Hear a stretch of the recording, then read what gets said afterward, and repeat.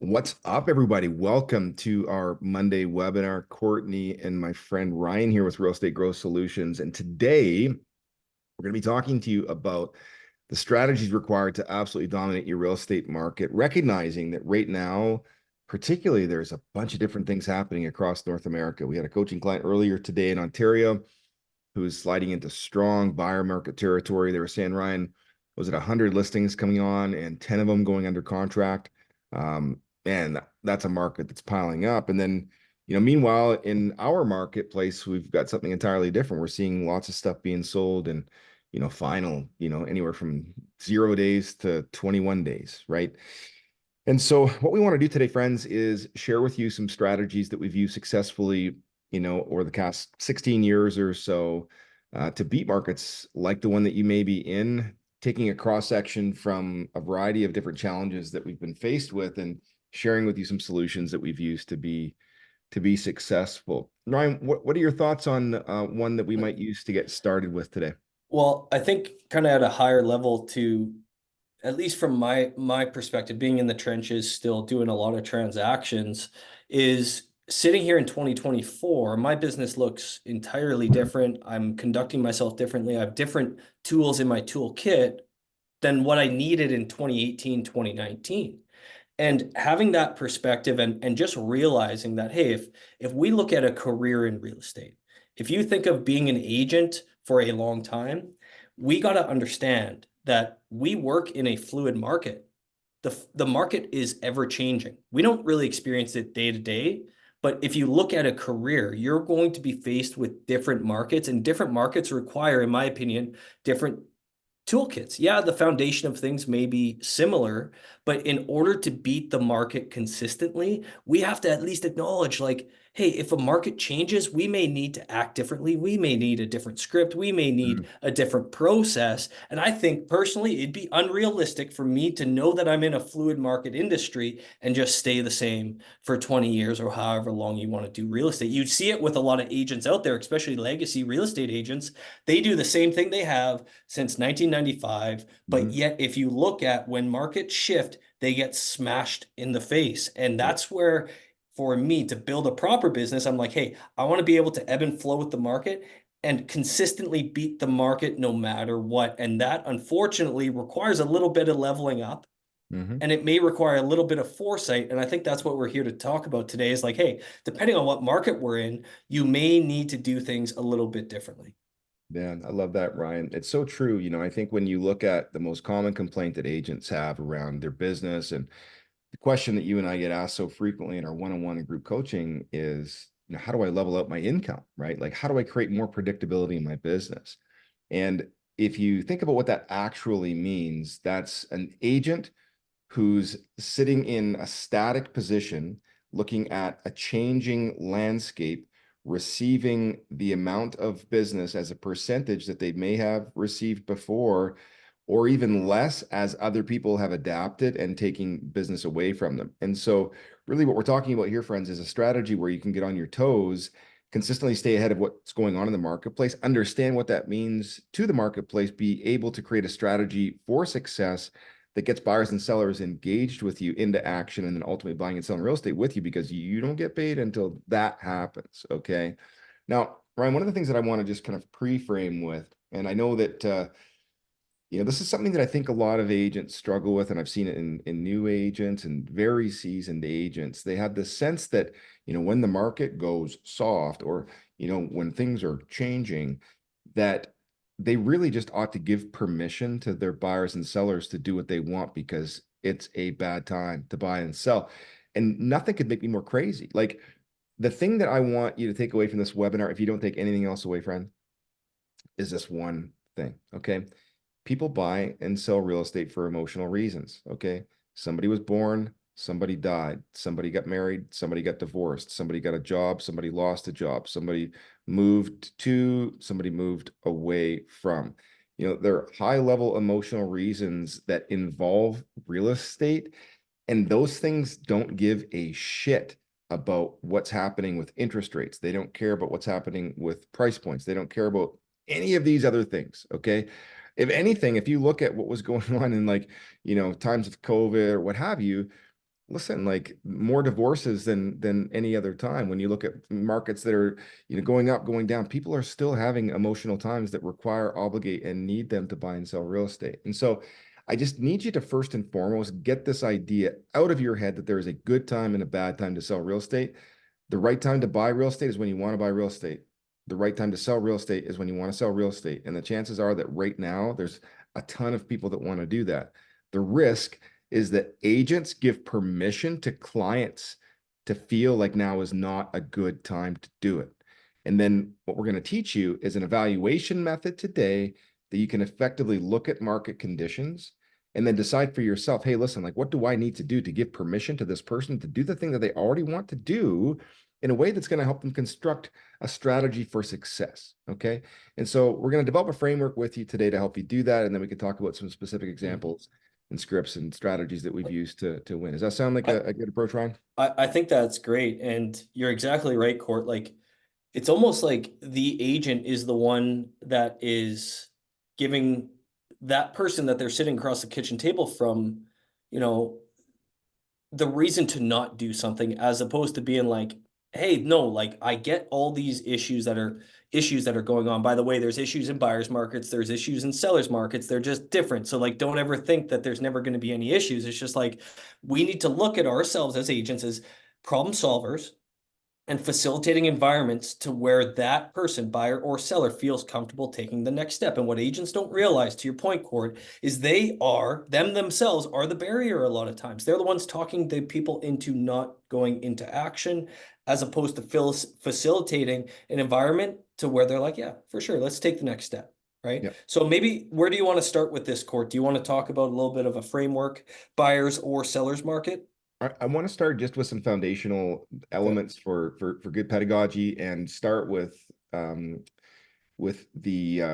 supply and demand curve. So I think fundamentally one of the challenges that a lot of agents have is they don't have like a foundational understanding of the supply and demand curve.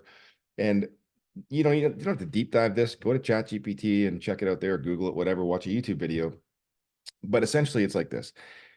If you're speaking to someone like we were today, and they say that 100 listings are coming on and 10 are selling, you have to ask yourself, well, why is that 100 of them aren't selling? Okay. And the simple answer is that there's just not enough demand, right? There's an excess supply. That's the 100 listings coming to market. And the 10 is the buyers that are buying them, which leaves 90 left over. Okay. Now, if that continues to happen, right, in this kind of supply and demand curve, there's only one thing that will result in that resolving itself and getting back to a balanced market, which is the natural state for all markets. Okay. And that is that supply will decrease and the demand will increase to meet that equilibrium, we call it in economics. Okay.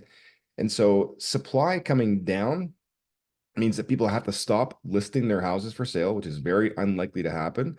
We're likely going to see prices come down to meet the expectations of those buyers. If there's only 10 buyers in the marketplace and there's 100 families competing for those 10 buyers, what's the only way to attract them? Ratcheting down your price, right? And so you got to understand that when you understand a stat like that, there is a natural consequence that's irrefutable. Okay, this has been, fact for millennia. Okay. Second thing that you got to know, knowing those basic fundamentals about supply and demand, is how do I get that data? Like, where do I get that from? Okay. And so what I would always say to an agent, whether new or experienced, if you're looking at taking market share, is once a quarter. Like it doesn't have to be every week, every month, okay? But once a quarter, just make a point of going in and pulling the report from your local MLS. You don't even need to be logged into your Matrix or Filogix or whatever it is. You can literally just go to your local real estate board, pull up the statistics from the last quarter. So I would recommend that you go do it, at the end of July, let's say, because they'll definitely have the stats for Q2 by that point, right? And then you can go in and see, okay, year to date, what happened this year versus year to date last year? What were the listings looking like compared to last year? What were the number of solds looking like this year compared to last year? Days on market this year compared to last year? Price point this year compared to last year? And here's a guarantee. In the market of that client that we just talked to you about, if you look year to date 2024 versus year to date 2025, there's going to be price depreciation. Okay, guaranteed the average price point is coming down in that market. That's the only way. When you got 100 listings and 10 people buying them, it's 10%, right? So understand where you can get your stats. Go and get those stats 4 times a year. It's going to take you an hour to look at them, to think about them, and to understand what's happening in your marketplace. Now, once you've done that, the next thing that I want you to do is take a macro view. So we've just discovered like microeconomics. Okay, the macroeconomics are the things that are happening in your city, province, and country, kind of like above this nodular level. Okay. And so I want you to ask yourself, like, what are some things that we can find? Well, again, just use Google. Like I learned yesterday that there's probably going to be another interest rate drop in July. Okay. They're calling for another 25 basis points. Well, let's ask the question logically, what happens when interest rates drop? Okay, well, generally speaking, more people can afford to buy real estate, more people get into the real estate market. And so in the case of that market where there was, 10 buyers out of those 100 listings, well, maybe now that number gets up to 20, right? Maybe a fewer buyers or sellers rather cool their jets, and now there's only 80 of them, right? And so these are the kind of things that we're going to start to see happen when you see things like interest rates changing. You also want to look at stats like GDP, like what is our economy looking like, our gross domestic product? Like what are we producing in our country? How strong is our economy? What's inflation look like, right? That's a measure of how much money there is in the economy, how much spending there is going on. So when you have a sense of like what's happening from a macro standpoint in your economy, and you've looked at the micro level and you've assessed what's going on regionally and in your own market, you can have a sense of like, okay, here's what I anticipate happening over the kind of medium to long term. And I will promise you this, that whole situation that I've just described for you is probably 2 to 3 hours for like an average person that's taken no courses on this stuff once a quarter. Okay. But the beautiful part about this that I love so much, Ryan, is that if people would just commit this time, they could literally be the most educated person, most educated realtor that any of their clients have I, ever spoken to. Like you could literally walk into a meeting and just be like blow people's freaking minds with like 3 facts. And the crazy thing from my standpoint, Ryan, is that I've always made a point of like passively capturing this information. And I would just develop like a simple, easy to remember script that didn't require like a ton of brain power, but it generally would have like one stat, one random piece of like small information that's kind of nerdy, and then something that makes big picture sense for a buyer, and then another one for the seller, right? Like, how easy is that? So now I got I, myself 3 points for a script for a seller, 3 points for a script for a buyer, and two of them are the same. And I got like one extra one for a buyer and seller. Like, so easy. And then I'm just watching people like, wow, this guy really knows his stuff. And I'm like, well, I literally just spent like an hour on it. Like, it's not a Because big. you got to think, Court, like our consumer, buyer or seller, usually either are misinformed or they're getting their information from a source that isn't someone in the trenches doing deals. And it's not rocket science. Like you said, it's the supply and demand curve. It's looking at what is actually massaging the market, where is it heading? And in my opinion, what you had just said there's about 30 good social media posts that you could be an educator in your marketplace on, educating people on what's actually happening in the marketplace. Because I know in my specific market, there's a few kind of nuanced things that are happening. And I'm like, well, this is kind of unique to what we're facing, as opposed if you read some national level news, Mm, someone's going to be misinformed to what's actually happening to their asset in my market right now. So why am I not the person in front of them talking about that? Because here's the thing, guys. If you are seen as an educator in front of the people that you are going to be serving, they're more likely going to listen to you as opposed to you just telling them something. They'll yeah. feel like kind of pushy and slimy, like in a sales situation. But if Mhm. you are the one educating them with information that's easily digestible, like Courtney had suggested, watch their eyes light up. They're going to listen to you, and you're going to make it easier for them to move forward in that journey. And I'm going to share with our friends here today, Ryan, one of the best ways to present this because, you know, if you're just a person that lays out facts and tells stories and information, you're going to sound like a little bit greasy and like a bit of a know-it-all. And so I always preferred to really take a super conversational approach with the kind of assumption that everybody around me had the same information. So I might say, if I'm at a listing appointment, I might say something like, "Hey, Ryan, what I want to share with you is just some news that I'm kind of aware of with respect to the marketplace. Have you heard about what's going on with respect to interest rates in July? And I know he's going to say no, right?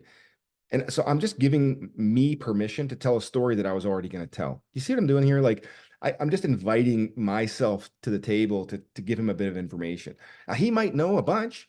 Great. Now we can have a bit of a conversation, but most people don't have the information. And I want to invite myself to have that opportunity or to have him invite me to extend that information. So just a really kind of polite, easy way to not come across as like a know-it-all that's clearly going down a road with someone trying to sell something. And the really important thing about this process, this education process, is that you got to understand that many people, particularly in depreciating markets, have an expired sense of what their property's worth, right? And so do realtors. Like the example that we're sharing with you earlier, our client, this coaching client that we have in Ontario, was at a listing appointment where two other agents had been there, seasoned agents, okay? And had suggested to this family that the property be priced at what was it, 925 and 950 or something like that. Yeah. And our client, thankfully, knows the market and can recognize the fact that, hey, listen, like I can't be looking at year-old comps. I got to be looking at like 30, 60, maybe 90-day comps, right? To see what's been sold. I got to know what's happening in the marketplace, not just over the past 3 months, but what's going to happen over the next 3 months, and anticipate the fact that there's going to be depreciation based on those 100 listings and only 10 buyers for them, and got the property listed at 725, maybe even 699. Like what a gap. And so do you think that it's possible to get a family who's just heard from two experienced real estate agents that the property should be listed at 925 and 950 to list at 725 or 700 if you haven't brought this kind of information in a storytelling fashion that they can completely buy into and believe? Because I can promise you this, my friend, if you're not building trust and rapport with people through great storytelling and strong information and a compelling message, there's no way to earn that business. The business is going to go to the highest bidder. Okay. And so you have to have this, you have to script it and understand how to explain it, but don't overly complicate it. It's just like, hey, listen, here's what's happening in the marketplace. And what do you think will happen with prices? Make sure you're asking questions, make sure you're engaging people, take them on a journey of self-discovery and help them discover the fact that, yeah, do you know what? Things are different than they thought. Thanks for being here. Thanks for being a source of good information. That's you. That's your job, right? Yeah, it's based in a level of serving as opposed to a level of, wanting to just get a sign in the ground, right? And one of the ways to do that, especially if we just continue running with this situation out in Ontario, is like, hey, as a listing agent, I need to think about like what is best for that seller. Well, the best thing for my seller is to obviously maximize their profit in the given time frame that they want to see this happen, right? And so if you conduct yourself through that lens of being like, hey, what is actually best, knowing that the market's going to be depreciating, the longer they stay on market, the more likely it's going to be depreciating even further. Well, at least you can inform a conversation about why that could be a bad thing. Because remember, guys, you want to make sure that they're taken care of in to maximize their profits in the given time frame that they want to have this happen, right? So if we're not front loading those conversations, if you're not planting those seeds, if you're not educating them accordingly, then you're going to be backpedaling, right? Taking an overpriced listing isn't a good thing if you're always just going to be backpedaling. I'm fine taking one if I've had the conversations ahead of time, if we have the pre-signed price reductions, if we have knowing that, hey, we're going to be there at the finish line and all those other things that are important. But that conversation, that's what I had to have every single day back in 2018 and 2019 pre-COVID, because the majority of sellers were looking at taking a loss and they had this time frame that they had to sell in, and I had to be the bearer of bad news, but in a way to where they would understand and be like, hey, let's do this now, knowing that we're going to suffer more pain later on. Yeah. Right. One of the things that, again, this is just kind of like the pre-framing for the agent to help understand the scenario and how to present things. One of the things that I want to share with our audience today, Ryan, is something that really helped me, and it seemed to really always help my sellers in particular, buyers too, but more so in this case. I would just relate time to price, okay? In real simple terms. And so in the example, you were there today, Ryan. The example I said to our coaching client was like, hey, in a role play, so just remind me again, what's our preferred time frame and what's our ideal time frame, and when does this start to get really uncomfortable? And so what I'm asking my seller is like, tell me again about when you would ideally like to move, when it starts to feel a little bit ugly, and when like it's brutal. Okay. And in the scenario that we played out was like between the end of July and November. Okay. And so what I know about that is that now when I have a time frame in place, really what they mean is like sooner is better, but full stop, this is when it's going to happen. So just in your mind or even on paper with people, draw a time frame. If they're saying they want to be moved by the end of August, literally draw it out. It's going to be, say, July 1st today, time you get the property listed, and end of August. Well, that means you got to have an unconditional offer final by mid-August, and you got to have that offer by the 1st of August. That gives you 4 weeks to market and get your first offer. And so with that in my mind, I can say to the person, so one of the things on my mind, and we'll just role play it, Ryan. One of the things on my mind, Ryan, and you've mentioned that you want to be sold by the end of August. And when you first say that, like to me, that sounds like all the time in the world, but is it okay if I kind of paint a bit of a picture about how urgent this actually might be? Yeah, sure. Yeah. Yeah, okay, cool. So think about this. Typically speaking, it takes about 2 weeks to get conditions removed, Ryan, which means that without any extensions, without any trouble, without any challenges, without going to another offer, 2 weeks is about, the standard condition period. And then every lawyer that we know at least wants 2 more weeks to close the transaction. And so without any type of insurance policy, without any sort of backup plan, in order to get you sold final, possession closed by the end of August, we need a firm, solid 100% deal at latest by the 1st of August. Okay. Which means that, by the time we get the property ready, listed, and on the market, cleaned up and looking really, really good, that gives us the 4 weeks of July to get the property on the market and to get a solid offer in place. Okay. So, Ryan, let me ask you this. I know we talked about listing the property at 425, but knowing that we really only have 4 weeks to make this happen, how do you feel about that price now? Yeah, with kind of the market being kind of warm right now, I think we should probably start there, Okay. you know. Yeah. Yeah, fair enough, Ryan. And let me ask you this. If we start to come up, let's say, we're a quarter of the way through our plan and it's the end of the first week and we've had no showings, we've had no calls on the property, and the market's utterly rejected the price and the value proposition of the property, recognizing that meanwhile, we will have probably sold 10 other houses during that time. What do you think that the communication would be to you about the price point? Well, I would probably guess, Court, that, you would want to probably reduce it, I would think at that point. And, that's something that we would probably talk about between me and my wife at that time, I think, probably. Yeah, and one of the challenges that I find about leaving that conversation down the road, Ryan, is that it might take us a day or two to get together. Might take another night or two for you folks to think about it. And by that time, we'll be halfway through another week and there'll be a bunch more depreciation already in it. So the recommendation that I'm going to have for you, Ryan, if you're fixed at pricing the property at 425, rather than potentially losing that opportunity, if the market's outright rejecting us, I'm going to recommend that we proactively take a price reduction rate at day 7 after being in the market, presuming that we haven't had, offers or, tons of showing requests, lots of questions and so forth. And so given that, Ryan, what do you think that we should reduce the property to? Um, tracking the market, people usually come down like, 5 grand, kind of something like that. So probably Okay. 5 grand. All right. Sounds good. So we go to 419.9 then, on that 7th day. Yeah.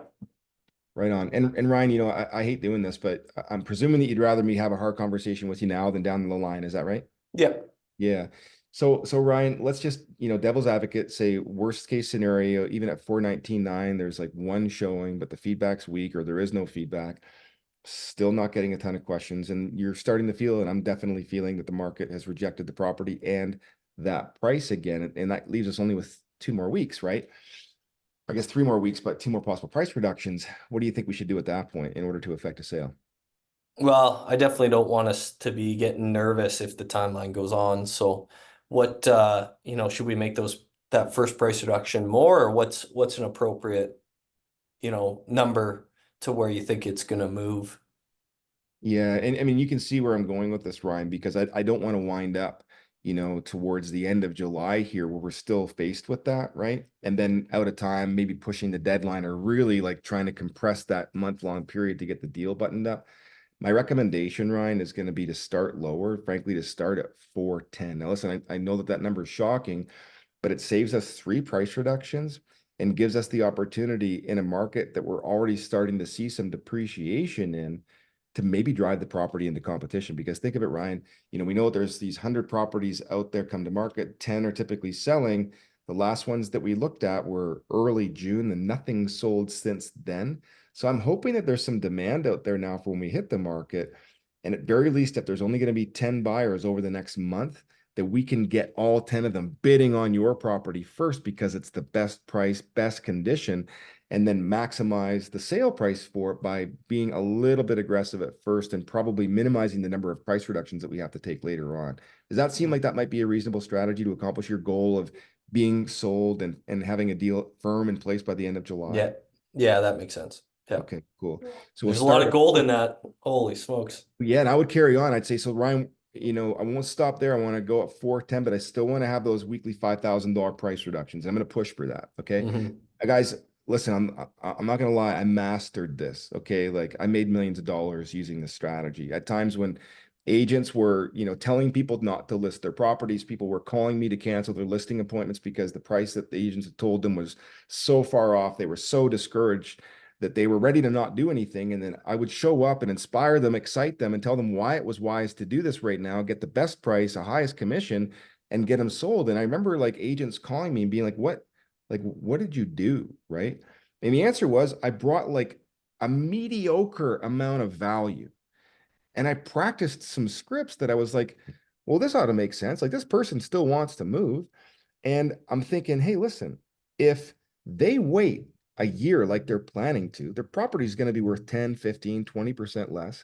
Their equity position is going to be worth, in a $500,000 house, 50 grand less. Okay. Because their mortgage isn't going down that much. So if they had $150,000 in equity, now they're at 100. And what I know about that is that presuming their credit stays the same, they've got less down payment, they can afford to buy less house. So next year, they're going to be stuck in their house. They don't even have the option to move then, right? That other house, maybe they're moving to a $600,000 house. Now it's going to be at what, 540. Okay, cool. They would have saved $60,000 on that house by waiting, right? But they can't afford to make the move now because they waited. And so if you present this type of information to people and you're like, listen, would you rather be in a house that you like, that makes you happy, that's depreciating? Or would you rather be in this house that you don't like, that makes you unhappy while it depreciates and you're stuck here for 5 more years? Yeah, a lot of agents don't really realize, or at least think about bringing up future pain points to clients, right? Because let's face it, if someone is selling and then buying in a market that's down, like it's better to do it sooner rather than later, because ultimately we have an idea or some feeling of what's going to happen in the future, knowing it to be likely true, but we need to bring that to light like right now. Like, hey, by the way, if you guys don't want to do this, this is what's likely going to happen. So would you rather take a jab on the chin, or do you want to get faced with a potential knockout when you have to move 12 months down the road? And I'm back at this kitchen table giving you even worse news. Yeah, 100%. Yeah, so many ways to approach this. And I think that's probably like a really high level value piece, Ryan, that you've just nailed, is for us to be thinking a little bit more like chess than checkers, right? And I know that it's higher level thinking, and I know that this is more complex, and I know that the scripts are more robust, but at the end of the day, guys, you're getting paid in our business in direct correlation to the value that you're providing. Okay.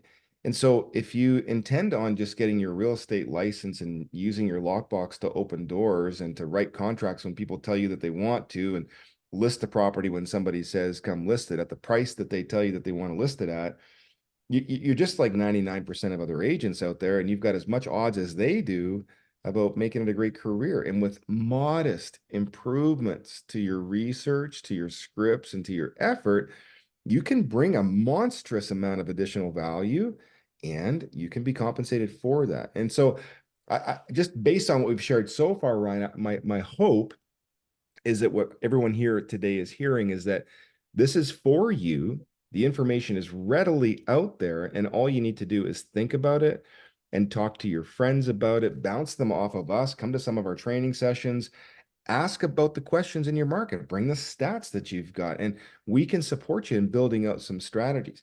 One of my favorite ones was during COVID.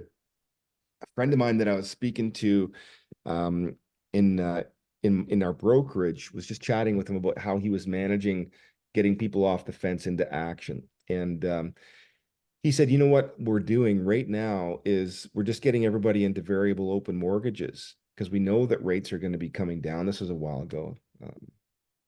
Yeah, a couple of years ago. No rates are going to be coming down. So we get them in a very variable open. We know that at very least they're going to have this kind of managed affordability, and they can lock in at a better interest rate next year.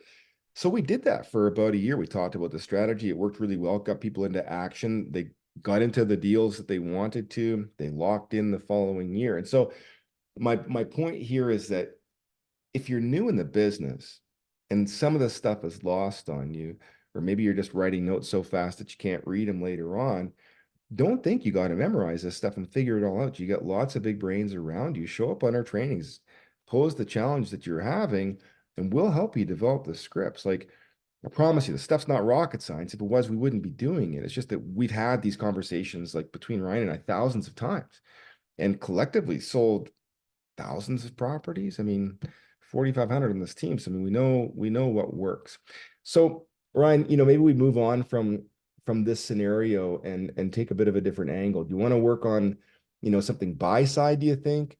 And take it from there, or what do you think would be I best? think I do have an idea there, but one point I want to nail home is that even in that role play that we just did, Courtney, like at least this is how I feel in these difficult conversations. There's always one or two times to where I feel uneasy about the next question I'm going to ask.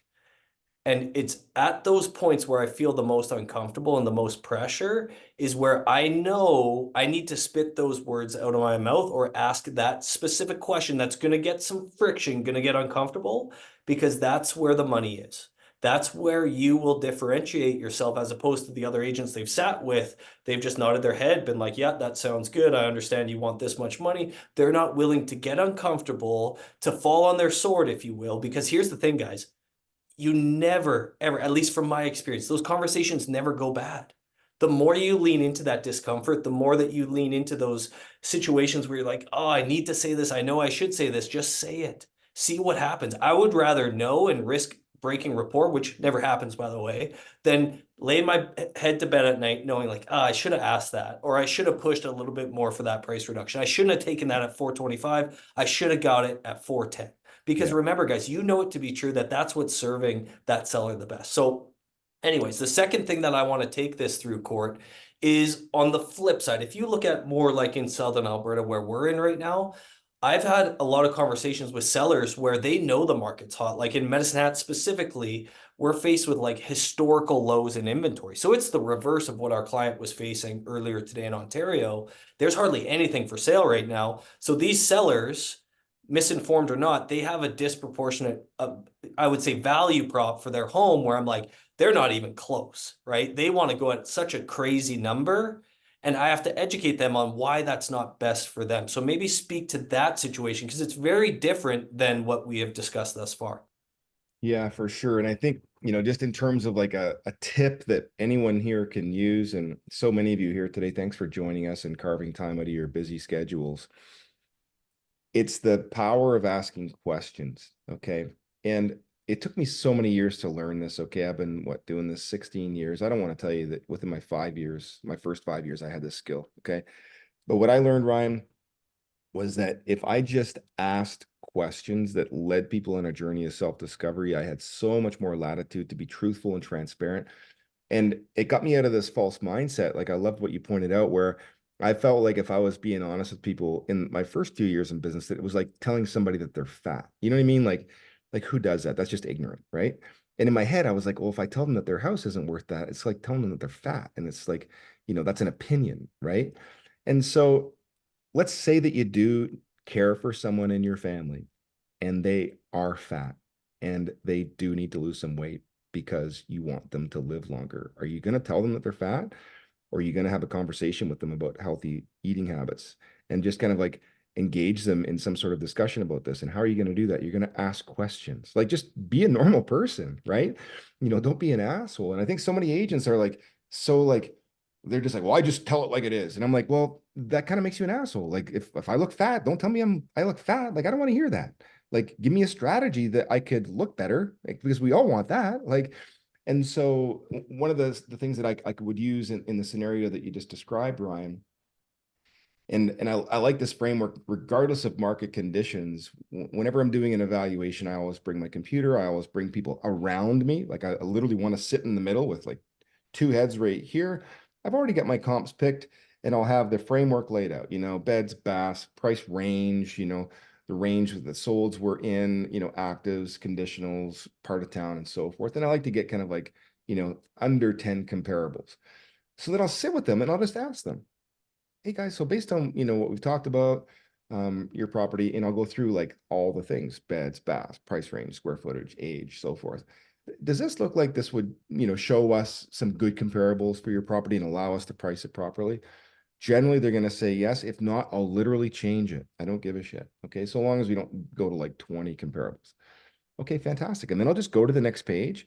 I'll sort them in some sort of logical fashion. And then I'll just start going through them. And then after each property, I'll just ask them, so how does this property feel compared to yours? Right. And they'll tell me. And if they're way out, right, I might say like, I don't know, I might make a note, but I'll generally, because of my qualifying questions leading up to that point, I'll have the sense like, do they think their house has a better yard than it does? Do they think it's cleaner than it is? Are they messed up about how new their windows are? So I'll just point those things out. I'll just, as I'm flipping through photos, be like, oh, look, this one's got brand new windows. That's probably a $20,000 or $30,000 touch. It's got a new roof on it. That was probably 40,000. I can see that they've done new casing trim, doors and windows and paint, light fixtures and counters and cabinets. That's probably close to 70. And I'll just go through like a running total as I'm going through the comparables, and I'll just let that shit sit with them. And then at the end, I'll ask them, so how do you feel? And then I'll go through the next one. Same thing. How do you feel? How do you feel? And then I'll just go back to like the 7 comps on the list. And I'll try to find some patterns. I'll try to find like a cluster or something that's like similar square footage, similar age or something. And I'll kind of just generally highlight it. I'll just point that out and say, looks like there's some sort of pattern here. Recognizing this, what do you think your property would sell for? And I'll just ask them. So a lot of times, like, if I'm thinking the property should be listed at 425, most times people are going to land right around that price point. If they're at 450, a little bit of acting. Oh, okay. Help me understand that. And I'll just like act surprised, kind of like nod my head and just make them justify. Okay. Super simple. Too often, I think agents, what they'll do, Ryan, is they'll be like, oh, whoa, that's way out. Like, your property's definitely worth 425. Like, I don't know where you got that number from. And they'll start arguing. And I'm like, man, as soon as you start arguing with somebody at the dinner table, like, you're out of rapport and they're on to the next realtor. I'm like, I want to get to the point where we're pounding a sold sign in your front yard doing a happy dance around because I'm catching a $15,000 paycheck. Like, that makes me happy. And you're happy because you're moving. I ain't happy when we're arguing. Okay. It's like me and my wife. Like, I'm happy when we're in the bed. I ain't happy when the kitchen fight. Like, that's no good. Right. So true. It's so true. Like, back to your earlier point about like bringing them on a journey with you. That's how you do it, right? So then you're not sitting there. Like, I feel like most agents, or at least there's a consumer mindset to where they're going to get an agent in, they're just going to spew out a number. If they don't like that number, they're just going to bring someone else in. And that is literally what a lot of sellers have experience with. And then when you come with a fresh, I would say it's not really, a strategy. It's more just a way of conducting business. Like, hey, this is your asset, Mr. and Mrs. Seller. It warrants more than me just spitting out a number, what I think it's based on. Why don't we sit down and go through this together so that you understand where the market's coming up with value for your property? And you have them come along with you instead of you sit there, be a dictator and be like, nope, this is your price. Right. And you're going to probably get to that end result the same, but it's just going to be a different journey to where they're going to then trust you. Yeah. And guess what people do when they trust you? Well, they listen to you moving forward. And Mhm. as long as you've brought them along, had those tough conversations, asked them really good questions, and then preface those questions with like, and then what happens if, right? And that's what a lot of people will miss, especially with timeline. Like, hey, what happens if we get to this point? How would that make you feel? Right. So just like you were saying, Courtney, it's asking all these questions. And then all of a sudden you're going to just get that listing contract signed. They're not going to really care about commissions. You're going to be getting it at a price. If it even is stretched a little bit, you have a plan in place to reduce it later on. You're making your future self a lot more happy because you're not backpedaling the whole time you have Yeah. that sign in the ground.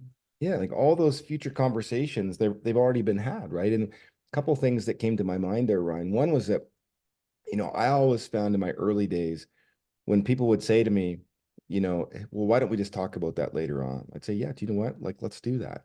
And then I'd leave it, and they would like literally forget 100% of what we've talked about. So now my meeting is like an hour and a half long to go through all the same stuff that we've already talked about.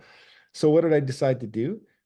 I just said to people, I was like, you know what? I know what that sounds like a really great idea, but here's what my experience has told me. We're probably going to forget a lot what we've talked about today, both of us, right? And the truth is that it's fresh today. We know what's going to be happening. We know what causes that to happen. So why don't we make a plan to proactively get ahead of it? And that way we can always go ahead and put a stop to it. But at very least, we're acting with all the information now proactively. Does that make sense why we would do that? And they'll say yes, right? The other thing I wanted to mention just relates to at the beginning of the process, Ryan, we've talked about this so many times, but how critical it is to preemptively address future challenges, right? And we've talked about it a little bit, but once you've done this enough times, you realize, oh man, like I can see this challenge coming up. If I can just talk about it today, people are going to be so grateful that I'm doing that now, right? Like just saying, hey, like here's something that I've noticed that happens. So why don't we talk about it today, right? The other thing that I like to do, and I made a habit of this throughout my career, and this is a pro tip for sellers, but in every part of your real estate business, guys, one of the things that really, really helps is differentiating yourself. And we've talked about some really great ways to do that today, right? Through capturing data, communicating it, thinking proactively down the road, solving problems proactively up front, playing chess, not checkers, right?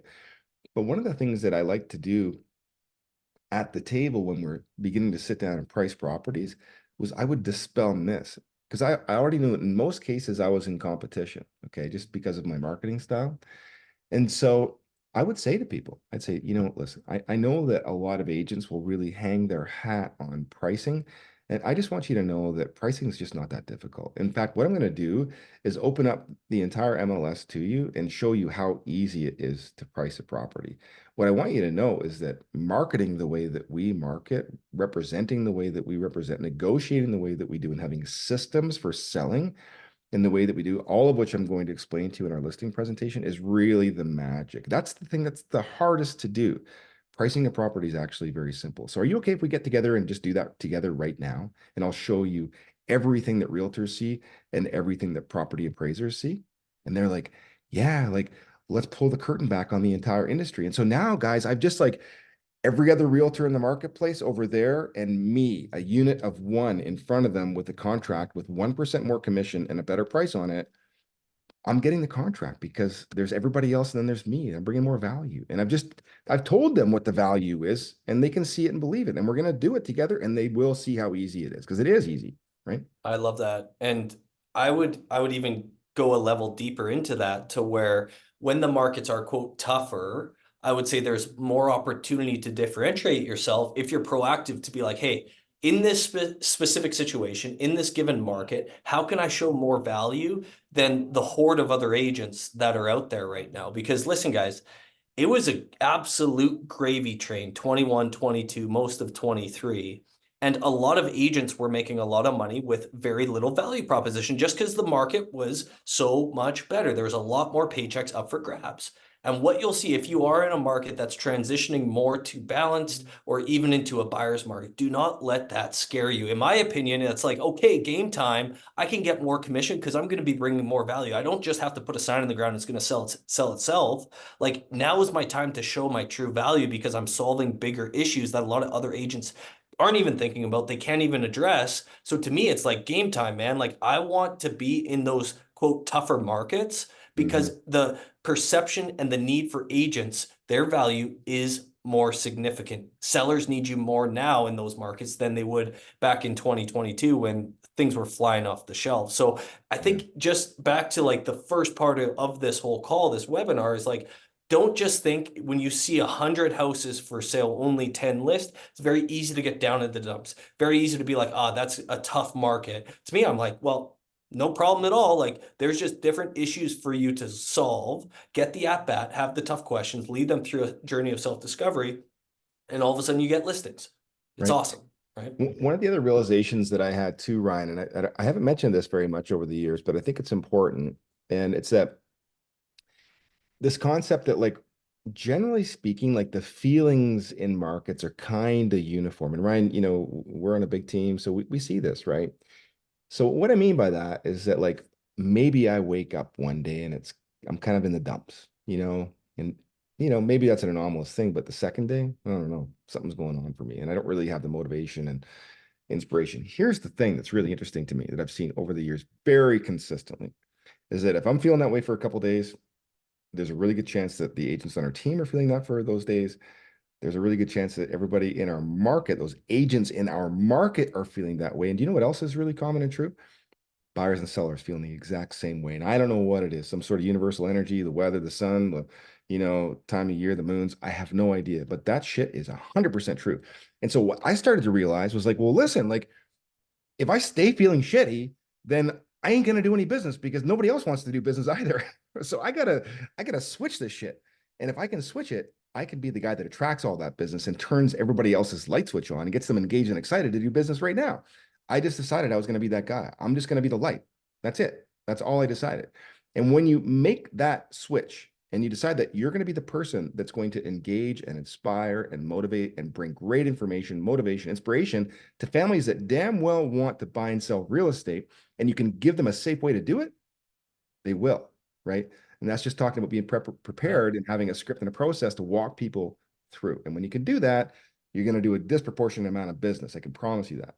It's a uniform message in all these webinars that we're doing, Court. And for those of you, if this is your first one, just go to our YouTube channel to check them all out. But like, instead of pointing the finger at other things, whether it's the market, whether it's interest rates, like you can just point that at yourself, figure out how to solve big issues, and your income will be increasing year over year. Like that's what I love about tougher markets, because that's what I'm rooted in. When I got my license is a tough market. So that's all I knew. Right. It's like, well, okay, we need a good listing presentation. We need all these good listing scripts so that we can get a property listed at a reasonable price without discounting our commission. And I just thought that that's how it was. Now, with it being a hotter market, I'm like, well, there's pros and cons of the hot market too. It's not just all gravy train, it's just different challenges. And I think if you come with that awareness of like, hey, an agent has more ability than they think to control their income. An agent has more ability than they think to actually give value away to their clients. And I think when we look at it as a craft, I've said this a lot, like you have to think of this industry as a craft. You always have to be adding certain things to your toolkits. You have to be aware of what's coming up in the marketplace. You have to be aware of what's happened recently and how to correlate that into value to your audience. The more you can do that, the less you're actually going to be in competition, the less that you're going to, in my opinion, lose out on things, and the more you're going to win long term. So like that's why I love this business. Guys, I don't love this business because of houses. I love this business because it is very much a craft. It is very much a way to live a massive life. And that's what we want for all of our clients, right, Court? I love that so much, Ryan. It's so true. So many nuggets in there. And I know we're winding up, and you and I could just go on for ages about the things that we've done over the years that have helped us both be successful. But I want to share just one thing that's now two things that have really helped me. The first one is this. I think in general, agents do a poor job at communicating the things that they have long since taken for granted, right? Like the information that they've got because they're in the industry, because they've met some different clients, or the research that they've done, and they just kind of like skate past it with people. They don't take the time to slow the process down, bring people along, tell a story around what they've learned that will engage the person and help them understand the challenges that they're faced with and ways that you as the agent are going to help them solve them. Like, don't overcomplicate it. Just make a point of slowing down, expressing detail, whatever your system is, whatever your process is, explain it, no matter how simple. It matters and it will differentiate you. And differentiation is where the money's made, right? That's that value proposition going up. The second thing that I wanted to share was just related to negotiating listing commission, because I know that there's ways that it gets compressed in a listing market or an active seller's market, and there's ways that it can get compressed in an active buyer's market. And so one of the best things, just a simple script that I learned in the very early days. And so Ryan, you know, you've heard this a gazillion times, but just set me up, you know, we're going through paperwork. By the way, friends, don't ever talk about your commission until you've got the commitment. Okay. You're sitting at the table, the paperwork's out. Don't use handwriting. Make sure it's printed. Okay. That looks like it's less like modifiable. And so I'll go through the paperwork. First page, we'll start talking about the inclusions, start talking about the moving date, right? Get them in their head out of the property, the stuff that they're going to leave behind, stuff they're going to take with them. Like we're separating ourselves from the house now, right? And then we'll talk about the price, because we just talked about price. And then we'll move to pre-signed price reductions, because we've talked about that as well. Any terms we'll put in the contract, again, kind of separating ourselves psychologically from the property. Next page, it's going to be about commission. So Ryan, you can see here that our commission is going to be 7% on the first 100,000, 4% on the remainder. You'll notice that there's a $495 transaction fee there as well. You're also going to notice on that second line, Ryan, we give about half that commission away to a cooperating buyer's agent. And the reason we do that, we want to make sure that we're allowing agents that are out there looking at different properties with their buyers to be paid fairly, so that there's no negative bias against them wanting to show your property to one of their prospective buyers. So we'll pay them fairly. That's going to be that 3 and 1.5 that you see there. So Ryan, just go ahead and you can initial the bottom of the page right there. Okay. Well, that's usually how it goes, but say he objects. Yeah, I'll say, you know, Court, the last person that we talked to, we asked them, you know, obviously we want to work with you, but they do it for 7 and 3, I think was the number. Oh, okay. Yeah, cool. How come you didn't go with them? Well, you know, we didn't like, you know, what he was saying about price. Okay, cool. Ryan, let me ask you this. Do you see some differences in the way that I approach this business and the work that I'll be doing for you compared to that other agent? Yeah, for sure. Obviously, you know, we just want to make sure that we're getting the most, you know, money in our jeans at the end of it, you know. Yeah, no, I would imagine that's the case. That's certainly the case for me as well. You know, if I'm selling something, I want to make sure that I'm maximizing, you know, my investment too, Ryan, for certain. And that's all built into what we're doing here. You know, the system, the marketing, all those things. You know, we're talking probably an extra couple $1,000 that's going to go directly to, you know, a really, really big marketing budget and doing all those things that I've shared with you. So does it make sense? Is there anything in that marketing plan that you'd want to sacrifice to get rid of, Ryan? No, I think, you know, it was just kind of something that came up, but no, that's good. Okay, cool. There, see, like you saying it is so easy, but there's so many things in there. There's so many tonality things. There's so many specific not pausing. There's so many specific pauses. There's so many things that you just said there, Court, where that is why it's a craft, you guys, right there. Because I guarantee you, if you're sitting in front of a seller and you have a commission objection, your blood pressure goes through the roof, you start sweating and you don't know what to say. But I've seen Courtney do this literally game time in front of a seller, and the seller is like, oh yeah, that makes sense. No, I'm good. And Courtney now just made himself an extra $3,000 or $4,000, depending on the price point. And that's where you guys need to see this as a craft, because yeah, Courtney just said that if someone was from outside this webinar, probably not picking that apart. There's like a million things in there, a million. Yeah, and maybe we ought to unpack some of that one day. I think, you know, just high level, what Ryan said there, friends, is don't pause after your commission, because when you do, you're suggesting that it should be negotiated. And the reason why I carry on right to the top line, the bottom line, and flip the paper around and tell him to initial it is because it's not negotiable. And if he wants to know why it's higher, I'll just ask him, like, did you see some differences? And I know the answer is going to be yes. So then I get him to sign it again. Well, if he resists again, the final one that I'm going to say to him, Ryan, let me ask you this. I mean, at the end of the day, I stand to make net profit wise, Ryan, on your property, presuming that it doesn't, you know, go on and on, which I don't think it will with our strategy. And listen, I know you're going to do a great job keeping the property prepared and showing it. So thanks so much for doing that. And I can't wait to dance around the sold sign with you when the time comes. But I'm going to stand to make maybe $2,000 or $3,000, Ryan. And so let me ask you this. I mean, if I wasn't in a position to negotiate for me and my family $2,000 or $3,000 in profit to help me maybe, you know, make a car payment, put my kid through school or whatever, do you think I'd be in a really good position to help negotiate tens of thousands or even hundreds of thousands of dollars for you? Like, yeah, no, say no to that, guys. Like, you can't. Yeah. Nobody wants that guy. We're like, oh shit, take my money. Let's go. right? Mhm. So anyways, guys, I know there's been so much there that we've kind of blasted through, and I always feel like we never have enough time, but do this. Listen, if you've got questions about anything that you heard today, there's so many of you still here. So thanks for hanging out. Sorry, we've gone just a little bit over. Go to the Real Estate Growth Community on Facebook. Ask your questions there. If there are other things that you want us to cover, whether it's from this webinar, other webinars, or other things that you're being challenged by in your business, make a note of them there. We can either address them in there, or if it's big enough, we can bring them back to another webinar. You have control. We're here for you. These topics are your suggestion. Whatever we can do to be of service, please let us know.